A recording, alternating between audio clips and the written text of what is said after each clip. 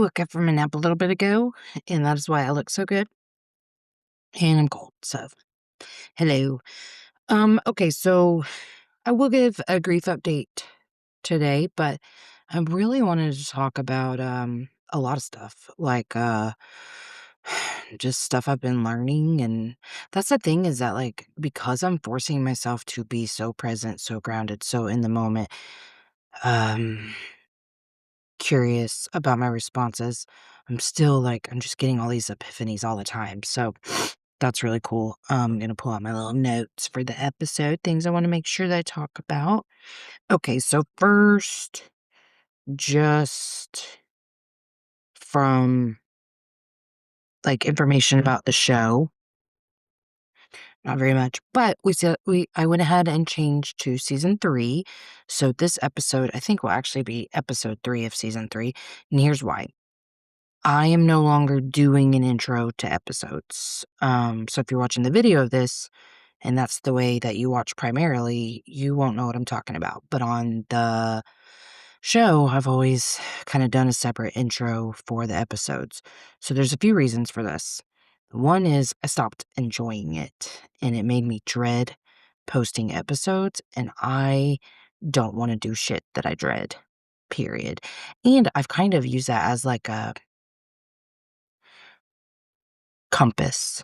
Like, that's kinda my guide. If it feels ick, I just don't do it. And it had started feeling ick even before Jake died, but I thought, like, I had to do it. So, well, because I was caught up on people feeling like they're they weren't featured enough. But as I've become more comfortable in the idea that, like, this is my show and it's about me and my growth, because the show has literally saved my life, on so many occasions, and it was only the guests on the show that I've really, like, learned from. Um, I don't know, I'm just kinda leaning into that, and I don't if you don't feel featured enough as a guest, I don't know, that's just gonna be a YP and not a MP, and if you don't know that reference, you need to watch Boogie Nights. So I don't wanna do an intro anymore. That became blaringly obvious after Jake. Like, I was like, for real, sorry, getting a call from my schizophrenic brother. That's all day, everyday thing now, and that's a lot of fun. Anyway, when I started to feel such a deep dread for it, I just kinda started putting it all together, and I was like, "I don't know, I just don't think I wanna do it anymore." Then I watched, Alex, the owner of the Podmesh network that I'm a part of. He put out a video to podcasters about, like, engagement and whatever, and he was talking about not doing a real intro because people lose interest quickly, and you really just wanna jump into the content to hook your listeners. Um, and whether or not that's true, it felt like a sign for me that it was fine. If I didn't wanna do it, don't do it. So, for my loyal listeners, I wanted to explain why it went away. That is also why the speaking part of the permanent intro went away. Um, as I try to tie in passive income to the show, I will probably change, like, the call to action. I wanna try to get better about linking other episodes, like content, like, "Hey, if you liked this episode," whatever. That feels really overwhelming for me right now, so I'm probably not gonna worry too much about it. So, that's where I'm at on that. But yeah, I felt like explaining it to the people who have been here forever, um, 'cause it felt like, y'all are my homies, and you deserve to have the updates on the show. So I think that's it for that. Um, yeah, I think that's it for that part. Let's see. Okay, so one of the biggest things that I've learned in the last couple weeks, I'm gonna tell you a little story.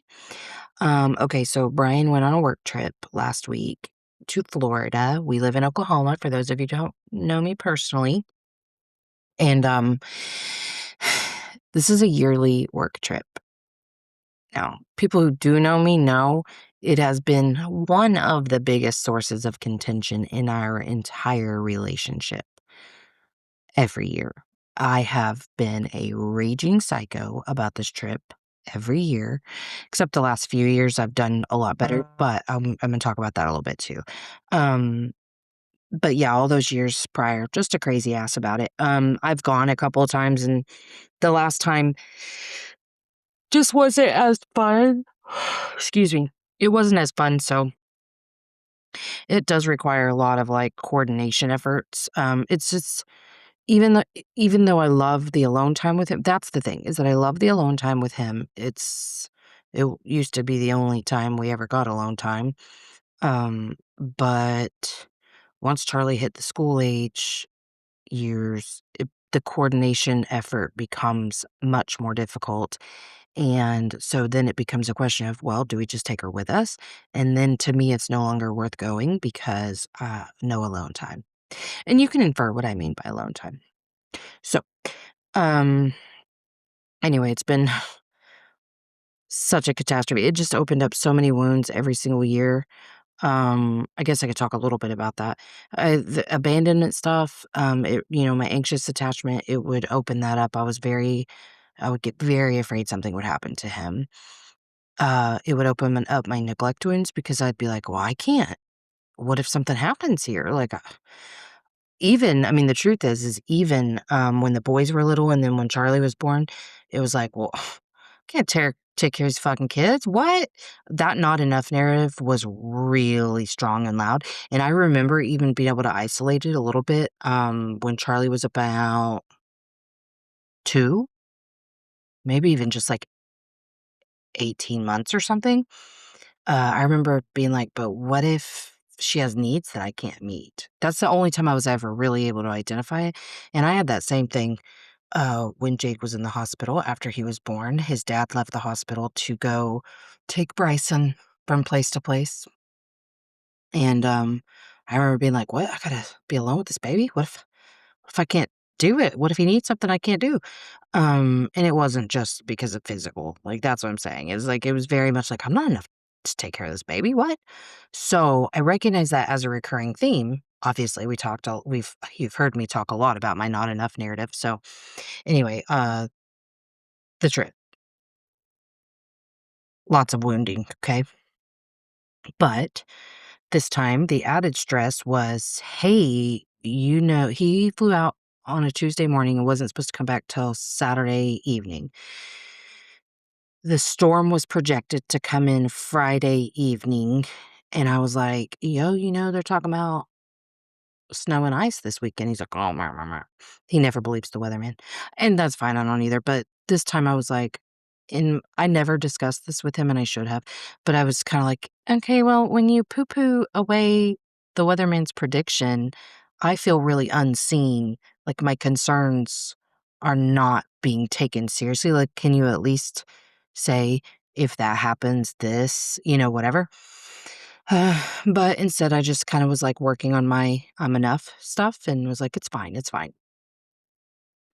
Day 1 of Brian being out of town, my dryer broke again, and that was cute. I was really excited about that. Um, and so immediately ordered I got on YouTube and immediately ordered parts that a guy recommended. They came in the next day, and I was like, I mean, I'm sure I could have put the fuse in, and it did end up being the fuse. I'm sure I could. I don't really want to. And I was proud of myself for that, honestly, because and this really leads into a lot of the overarching message that I got from this. I was like, I mean, you could, but at what cost and why? Like, yes, I had a goal of getting so much laundry done when he was gone, but oh well, we're about to be snowed in anyway, like, why is this so important to you? And it was just I was trying to prove to myself, to my own demise, truly, that I was enough. I can take care of this by myself. And it's not like I never have taken care of things like that by myself. I really just didn't feel like it. So I said, you know what, self? We're going to wait for that man to come home. He can do it. Today, I want to share a book series that truly meets you where you are. Letters to Myself by Jen Taylor, LCSW, is a powerful collection written by a New York based spiritual psychotherapist with over 23 years of experience. Each volume invites you to write your way through trauma, healing, and self compassion, from sexual assault and abuse to bullying and cult recovery. These aren't just books you read, they're books you work with. If you're ready to reflect, release, and reconnect with yourself, search Letters to Myself by Jen Taylor on Amazon today, and I will also have a link in the show notes. So there was that. And I kind of checked in with myself about what, again, I believe strong women are supposed to do. And I was like, "Hey, the strong woman can let her man come take care of this dryer." Like, if I didn't have that option, I'm sure I was fully capable of putting that fuse in. But I do have that option, and I think it's okay to let him come do it. Who do I need to prove something to? Not me, not the universe, not him, not Bryson. So I was like, "Girl, just let that man do it when he come home." So that was cool. I was proud of myself for that. Because I just didn't need to do all that. So then, I was actually really nice every time he texted or didn't text. I didn't hold him to some standard. I also have him on Life 360 because we, I had Jake on Life 360, and then when I flew to Seattle, I think in April, I didn't wanna have to monitor it, so I was like, "Brian, please join Life 360 so you can be in charge of it." This man has forgotten all about it. I'll let you know, I did not monitor his ass, and I'm proud of that. Those if you know, you know. Anyway, so I just kind of, like, allowed the week to happen. I was a little bummed about the dryer, but I hung dry some clothes. I considered going to the laundromat, but didn't care enough to do that. Nothing was, like, an emergency, so it was like, whatever. Now I had prepped food for the week, to make things easier. Charlie loved the breakfast and lunch that I had for her. I was actually really proud. I did a really good job managing the household while he was gone, so that was good. And I found that I had so much more energy because here's the deal. This man does a lot. He does a lot, and I'm not sad about it, okay? So, like, oh, I just realized my ring light's not on. Shit. I mean, I know it doesn't really matter, but damn it, video quality. Shit. Anyway, um, so what was I saying? Oh, okay, so in the mornings, I wake up so that I can be available if she needs something, but mama's not doing a lot because she's pretty independent now, and so he gets up and makes her breakfast and packs her lunch, and then I'm there for the, "Can you put this earring in? Can you this?" Whatever, but I can do most of that from my bed. But this week she had, well, for one thing, she got her ears pierced in, October. That's when I got my fucking cartilage redone, and, ugh, wouldn't have done it if I had known it was good. It wasn't a problem the first time I did it, it's a problem. Anyway, she had gotten her ears pierced, and she was finally getting to change out the earrings. She had a whole thing. We curled her hair. She wore these little hoops. She was so cute, and so she wanted me to do her hair, but anyway, I was up at, like, 6. Oh my god, anyway, the point is I was up, like, early and moving around. I wasn't sitting in bed for longer than, like, 15 minutes when I first woke up. I had so much energy that week. I was going to sleep early because I was getting up early. It was, like, really a good week. Um Till Friday when they had a virtual day because the way the weather was being forecasted, so, anyway, I finally got a lot of energy back, and it felt really, really good. Well, then, Thursday evening, Brian texts, and he says, "Good news." Oh, because let me tell you this. I had said to him on, like, Tuesday and Wednesday, "You know what you should do? Look into booking a room because their, layover was Atlanta." And I just didn't know where all things were happening, but I was like, "Why don't you plan to stay in Atlanta if you can't get through to Oklahoma City? Just book a room for a few days. Then that way you've got that and you're not stranded in the airport sleeping, whatever." He had considered the idea, whatever. So Thursday, I got that text from him, and he said, "Good news, I'm gonna fly home early tomorrow. I'm gonna be home before the storm even hits." When I tell you, instant relief. Relief. But then I felt really pissed. Like, unreasonably pissed. And I was like, "Self, why we pissed?" Um, because I was willing to be curious, but also I was like, "Okay, this is interesting because I know this is how I am every single time he's coming home from this trip anyway, just pissed." And so what I realized is I didn't wanna tell him I was relieved. So I had to get mad so that I could not tell him. I also, after talking about it, realized again I was trying to prove something, and I think it's just under that strong woman umbrella, like, strong women they shouldn't need their husbands. And, okay, but not just strong women, enlightened women, spiritual women, whatever, like, law of detachment, like, detach from outcomes, detach from people, lean on yourself. But it was really leaning into my humanity that helped me work through this because I was like, "Hey, human first, right? So what do humans need? We need connection, we need support, community, and this man's my fucking community." You know what I mean? So, like, I mean, truly, like, my family, the people who live in the house with me are sometimes outside of, like, a recording, but or a client that day, but, like, in my personal life, I don't talk to very many people, like, at all.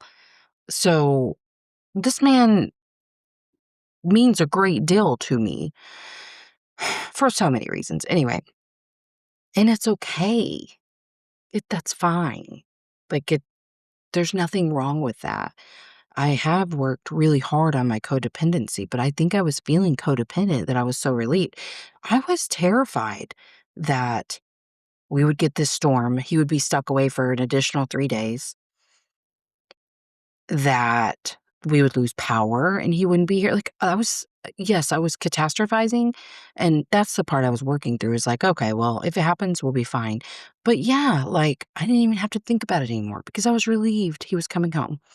So I sat there with the pissed for a second, and I was like, "Interesting response, Melissa." And I was like, "Oh, you don't wanna have to tell him you're relieved. Like, you don't wanna act like you don't wanna be like, 'Yay, oh my god, yay,'" you know? And so I sat with that for a minute, and I was like, "Bitch, tell this man you're relieved he's coming home." Because my initial response was like, "All of you?" Or like, "What? Why?" You know? Because part of it is like, I felt shame at the thought that he was coming home just because of me or whatever, like doing something for my sake. I felt shame around that. And I can identify where that's happened a lot, actually. So, anyway, I ended up saying, "I'm so relieved you're coming home." And then the weight that I had been feeling, oh, the second I told him I was relieved, everything just felt so peaceful and so quiet and so soft. I was allowing softness. Why is this making me cry? Anyway, PMS. Um, I felt really happy. And so I said, like, I'm really relieved. And then after that, the next morning, like that night before bed, I said, "I can't wait to see you." And I'm never nice to him the days leading up to him like, that day before, day of flying home. I am so protective of myself. I'm gonna talk more about that in a second, but anyway, and then the next morning, because he had to get up at 3 o'clock in the morning to fly home, so when I woke up the next morning, I had a text like, "Hey, I'm getting on the plane, da da da da," and so I responded to him so that when he landed in Georgia, he could see that I said, "I'm so ready to see you." Um, why am I crying? Um, but it felt really good to lean into my softness and to just say like, "Alright, you need your man. You're happy, who cares?" So that felt really good. But then in talking about this, it's not just the idea of, proving a point or trying to be not codependent or what strong women or good spiritual people should be. It's also a protective layer where I, that feeling of relief and like the I'm getting what I want is incongruent with the narrative that I've already created, which is I'm never considered. Again, I love you more than you love me because I just would never do that to you. Just the dumb shit I used to say all the time. And so, yeah, I was like, okay, so that's a way I used to try to make my outer world match my inner world. Because if I could start a fight with him and it could be cold between us, again, like there was always a weird warming up period of like 3 days or more when he got home because I was pretty cold to him at first. So yeah, I kind of recognized all of that because I was like, oh, yeah, it did a lot did a lot trying to confirm that negativity shit. So, yeah, I think I just felt really incongruent because I'm like, "But this isn't matching the story I told myself." So I had to make it match the story. So that was quite the revelation for me, and I was like, "Oh god, thank you. Thank you for allowing me to see this differently," because if you've never had a spiritual awakening, because it doesn't have to be all connected, like, you how do I word that? It is a spiritual awakening when you can completely shift your paradigm and look at something totally different. So even if you don't view it as that, that is spirit work, whether you are connected to some belief system or not. So when I say spiritual awakening, it's that when you are like seeing things different, it y- y- I know that if you're a long time listener, you've heard me talk about this, but it feels like you can completely feel the unraveling of everything that you were before that moment and becoming somebody completely new. That is truly why in the past I have felt like I was spiritual with psychosis because I was having a lot of those epiphanies daily for days in a row. And so I'm like, I'm a new person. Oh, now I'm new. Um, and I think that's, you know, maybe to prepare me for the fact that I was going to lose a kid. I don't know. But anyway, so that was beautiful. It was a beautiful epiphany, and I feel less barriers between us now than even before from having I'm doing a solo episode. It was supposed to be locked. I'll be done soon. Okay. Um, I may not cut that out this time. Happens every time. My door is locked, but it's broken. That's gonna make alone time interesting. Okay, so I think that was it for the non-grief. All right, so I'm gonna talk a little bit about grief, about my personal shit, and then I want to talk about a topic. Okay, so let's see. So I will tell you this. If you haven't seen my social media, I posted the signs that I thought I got from Jake around the snow because I was like, oh, Jake's not here to see the snow with us. And then I was like, no, it's our first snow without him, but he's here. He sees the snow. And then right after that, I got an email from Life Touch asking if I wanted to order any of these school year's pictures because I missed them or whatever. And I was like, hi, Jake. Then the next day, I got that text from CVS that said, hi, Jake, da da da da, about getting a flu shot. And it pissed me off because I was like, fuck you, CVS, you don't know he's dead. And then I was like, oh, Melissa, stop it. And so then I was like, okay, I'm going to choose to believe that's him saying hi to me. And it just kind of made me think like, perspective is everything and I get to assign the meaning to every single thing in my environment. So that was a really good reminder of that. And then right after we were done playing in the snow, I was sitting on the couch and Charlie goes, Mom, look. And I looked and the biggest, fattest blue jay was making direct eye contact with me on my roof, kind of looking into the house like this, made direct eye contact with me. And I go, oh my God. And then it flew off. And then I got to watch that one and another bluebird play in the backyard for a little while. So that was beautiful. Um, so yeah, I'm choosing to be open to signs. Let me look. The thing I think a lot of people don't think about or know about, so I want to like give a witness to this to validate other people. who are going through loss, but also so that if you're unfamiliar with loss, this is something that you consider when you have like a close person to you experiencing it. There are so many fucking micro losses involved in this, like all the time, stuff that I've had to learn to like overcome immediately because it could paralyze me if I allowed it. And shit, sometimes I worry I'm being avoidant. But it's things like at first, his Life 360, I could still see his entire route of everywhere he went the day before he died, and I don't know, I liked being able to watch the little thing. He wasn't even driving, he was with other people, but still. And I didn't know it would go away or I would have videoed, screen recorded, but, it did, but thankfully. And actually, I guess I should have screen recorded once I realized it was going away, but I didn't think about that. I thought about screenshots, so now I have screenshots because I just realized, "Oh, shit, it's only got that last day left." So I hurried and screenshotted it. That was heartbreaking because I don't know, that was like it just felt like losing a piece of him. I'm not even gonna explain it, like, I'm sure that can make sense to you. Um, and, like, we used to have a Ring camera, um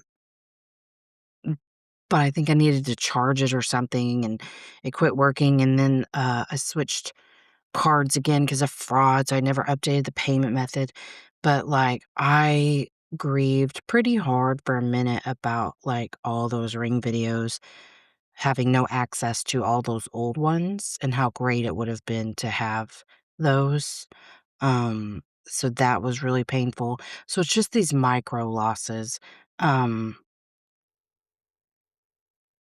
just yeah, different stuff like that. Let me see if I have any more examples of that.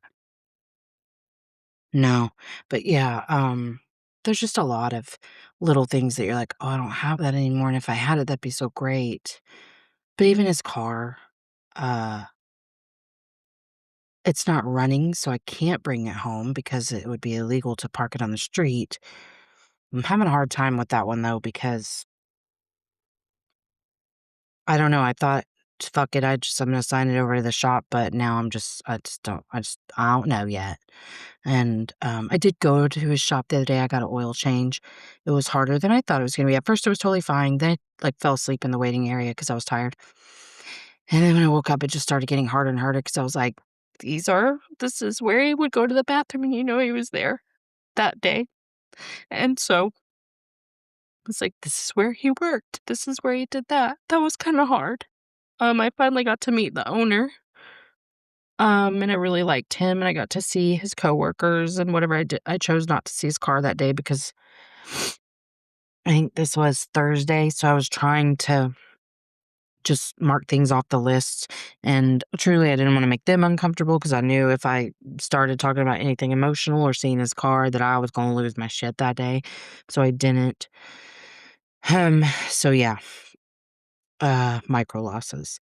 I also wanna be really transparent about this because this one's the tough part right now.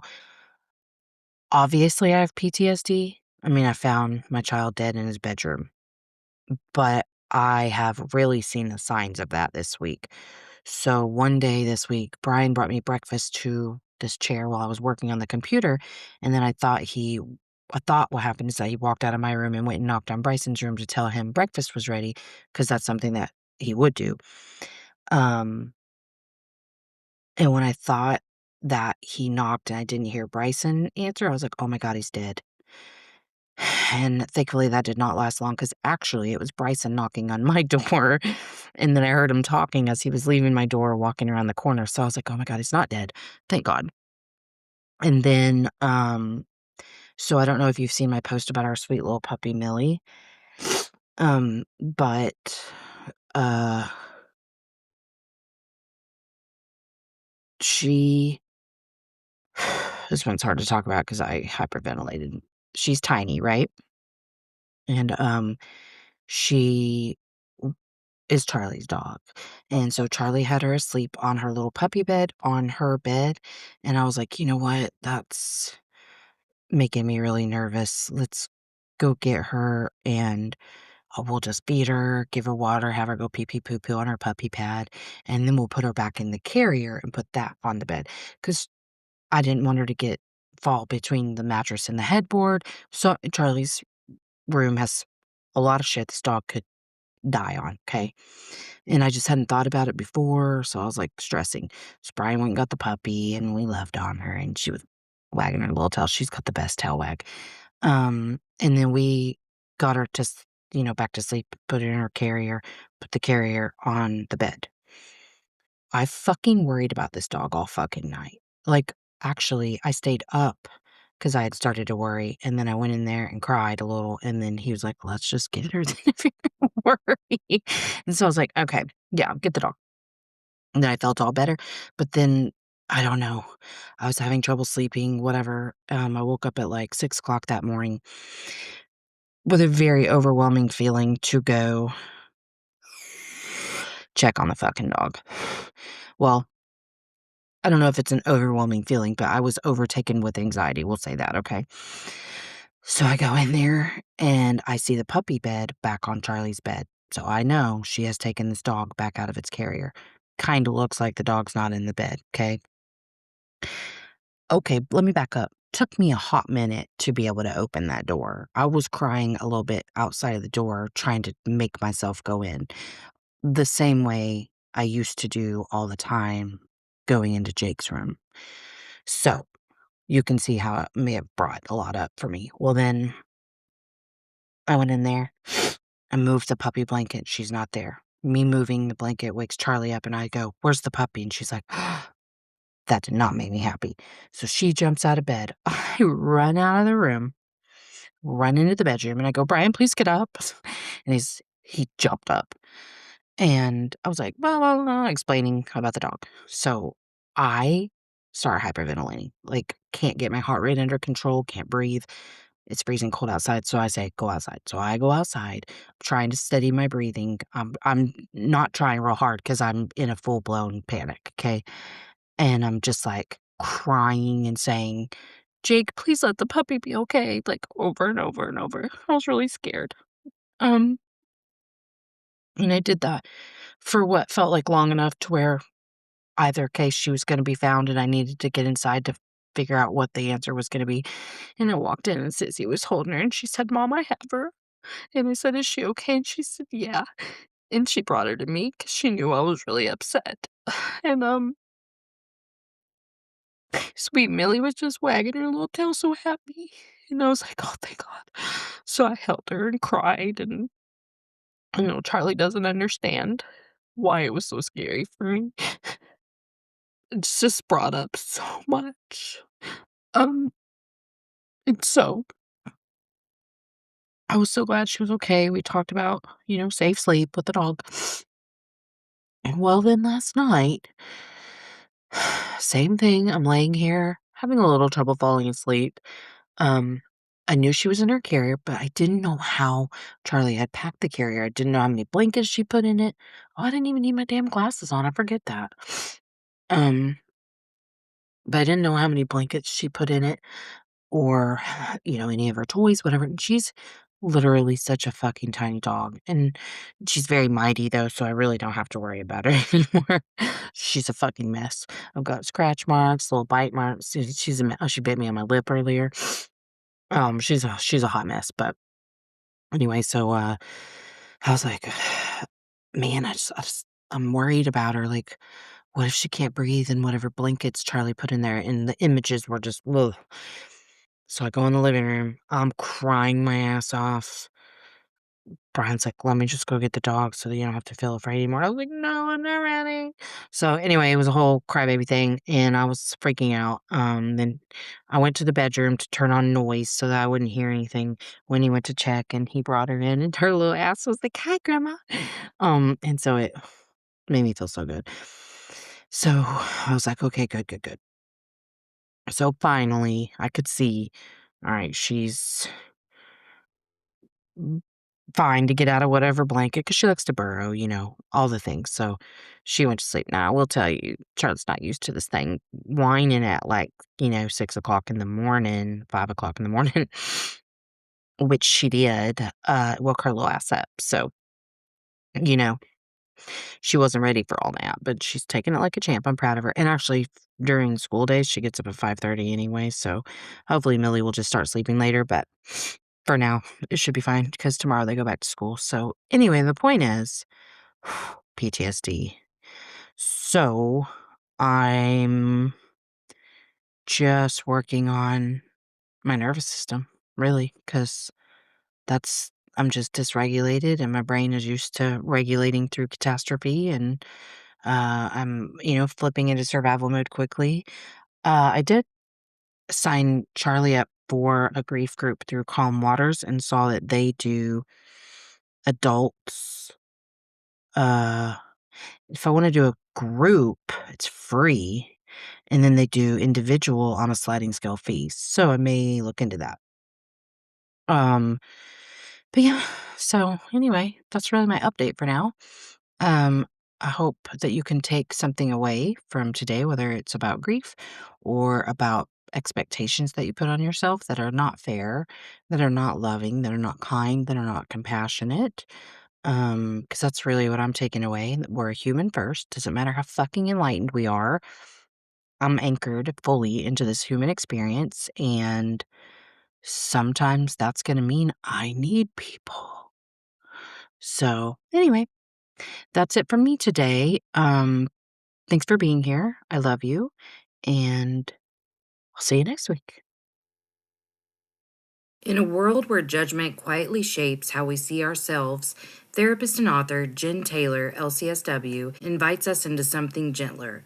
With over 25 years as a New York based spiritual psychotherapist, Jen blends psychology, spirituality, and astrology to help women, teens, and LGBTQIA individuals find their way back to self worth. In Volume 7 of the Letters to Myself, Jen explores how self judgment becomes our harshest critic and how compassion can become our greatest healer. And for families navigating loss, her children's book, Melvin and His Magical Star, offers a tender story about grief, love, and the truth that love never disappears. Find hope, healing, and gentle guidance with Jen Taylor. I will have links for her in the show notes.